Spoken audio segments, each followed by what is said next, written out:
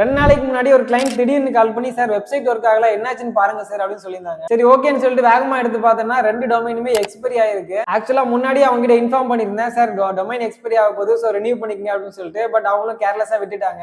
Okay நம்மளே renew பண்ணிடலாம்னு சொல்லிட்டு first .com டொமைனை ரினியூ பண்ணேன். அது நார்மல் ரினியூவல் சார்ஜஸ்லயே ரினியூ பண்ணியாச்சு. பட் .fr டொமைனை ரினியூ பண்ணும்போது பார்த்தேன்னா அது ரிடம்ஷன் பீரியடுக்கு போயிடுச்சு. ரிடம்ஷன் பீரியடுக்கு போனால எக்ஸ்ட்ரா 1800 ரூபாய்க்கு மேல கொடுத்து ரினியூ பண்ற மாதிரி ஆயிடுச்சு. நல்ல வேளை ரிடம்ஷன் பீரியட்லயாச்சும் பார்த்தனால அந்த டொமைனை காப்பாத்தியாச்சு. இல்லன்னா அடுத்தபடியா கிரேஸ் பீரியட் அப்படின்னு சொல்லிட்டு ஒண்ணுக்கு போயிருக்கும். கிரேஸ் பீரியட்ல போச்சு அப்படின்னா நார்மலா 1000 ரூபாய் 1200 ரூபாய் கொடுத்து ரினியூ பண்ற டொமைனை எக்ஸ்ட்ரா ஒரு 8000 9000 கொடுத்து ரினியூ பண்ற மாதிரி ஆயிருக்கும். கிரேஸ் பீரியட்லயும் ஒருவேளை கவனிக்காம விட்டுட்டீங்க அப்படின்னா அடுத்தாப்புல வந்து டொமைன் ரீசேல்க்கே போயிடும். சோ உங்க டொமைன் உங்களுக்கு கிடையாது. அதனால டொமைன் ரினியூவல்ல மட்டும் ரொம்ப கேர்ஃபுல்லா இருங்க. ஒன்னு ஆட்டோ ரினியூவல் போட்டுருங்க, இல்லன்னா அந்த டைம்ல கரெக்டா பார்த்து ரினியூ பண்ணிருங்க. உங்க வெப்சைட் லைவ்ல இருக்கு அப்படின்னா நிறைய இஷ்யூ வரதுக்கு வாய்ப்பு இருக்கு. சோ ரொம்ப கேர்ஃபுல்லா இருங்க இந்த விஷயத்துல.